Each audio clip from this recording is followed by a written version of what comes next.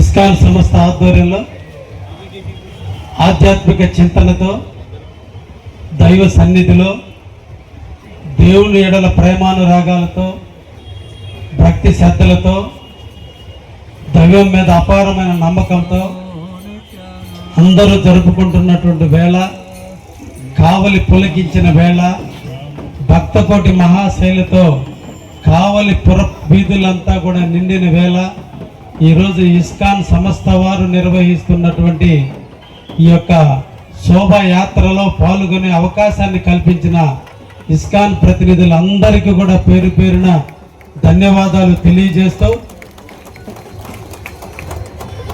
సృష్టి మనందరికీ మూలమైనటువంటిది సృష్టి. ఎన్నో అవతారాలు, ఎన్నో రకాల మార్పులు చెందుతూ మన సృష్టి ఉద్భవించింది.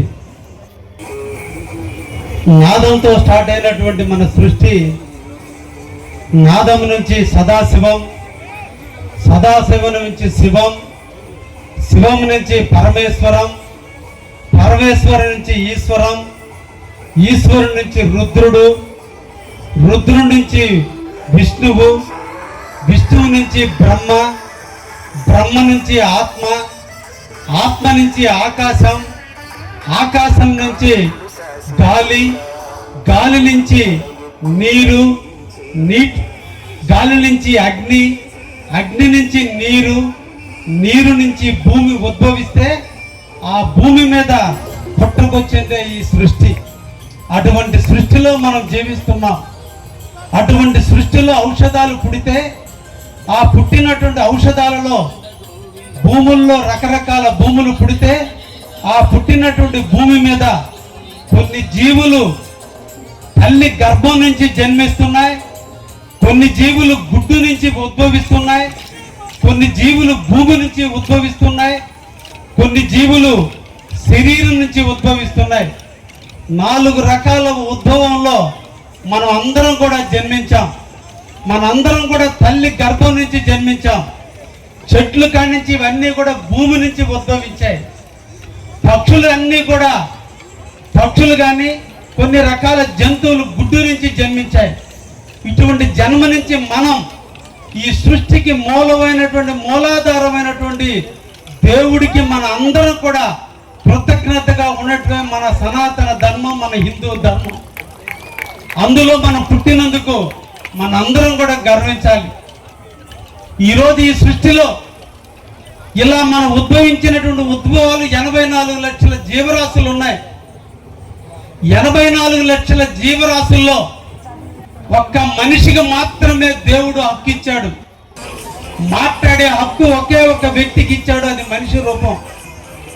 మనలాగే జంతువులు, మనలాగే పక్షులు, మనలాగే చెట్లు కూడా పుడుతున్నాయి, జీవిస్తున్నాయి, చనిపోతున్నాయి, కాలగర్భంలో కలిసిపోతున్నాయి.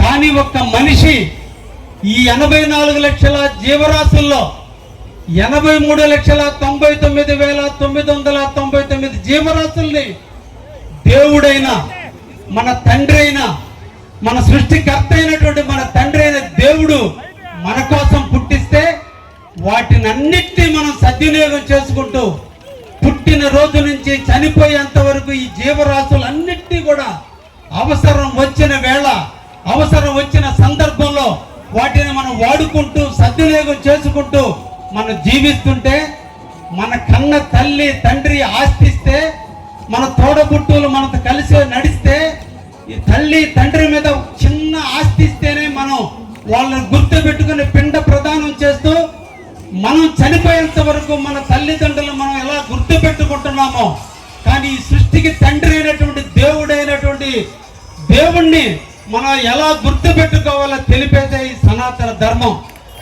ఆస్తులు ఇచ్చిన తండ్రి, జన్మనిచ్చిన తండ్రిని మనం గుర్తు పెట్టుకోవాలి. దీనికంటే జన్మకి కారకమైనటువంటి అసలు తండ్రి అయినటువంటి దేవుణ్ణి గుర్తు పెట్టుకోవడం కోసమే అన్నిట్లో కూడా మనం నిద్ర లేచి దేవుడికి కృతజ్ఞతగా మనం బతికేందుకు మనకున్నటువంటి సందర్భంలో దేవుడి ఎడల ప్రేమానురాగాలతో ఉండాలనే ఆలోచనతోనే పుట్టుకొచ్చిందే ఈ ఇస్కాన్ సంస్థ. ఈరోజు త్రేతాయుగం పూర్తయినా, ద్వాపర యుగం పూర్తయినా, ఈరోజు కలియుగం నడుస్తున్నా ఈ రోజున ఇస్కాన్ గారి నామ వచ్చిన ఒకటి సంకీర్తన, ఒకే ఒక సంకీర్తన, హరే కృష్ణ కృష్ణ కృష్ణ హరే హరే, హరే రామ రామ రామ హరే హరే. ఇవి 16 పదాలు. దీంట్లో ఈ 4 కృష్ణుడి గురించి, 4 రాముడి గురించి, 8 సృష్టి కారకుడైన విష్ణువు అయినటువంటి హరి గురించి పదాలు.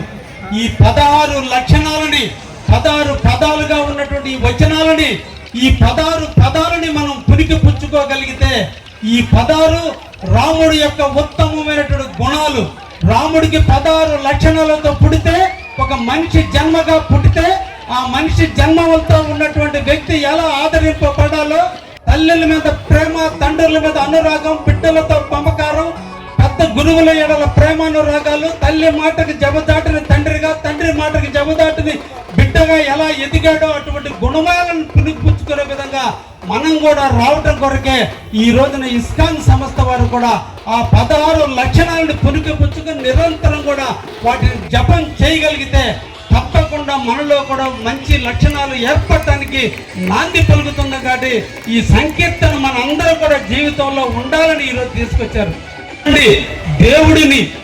దేవుడిని మనం కోరుకోవాల్సింది, మనకి ఉత్తమమైన జన్మనిచ్చారు, అన్నిటి జన్మల కంటే మంచి జన్మనిచ్చారు. చాలు ఇక మనకి, దీనికి ఈ జన్మ చాలు. మాకు నీ కాళ్ళ దగ్గర కింకరుడుగా ఉంటాం, ఎప్పుడు కూడా నీ కాళ్ళ దగ్గర దాసులుగా బతుకుతాం.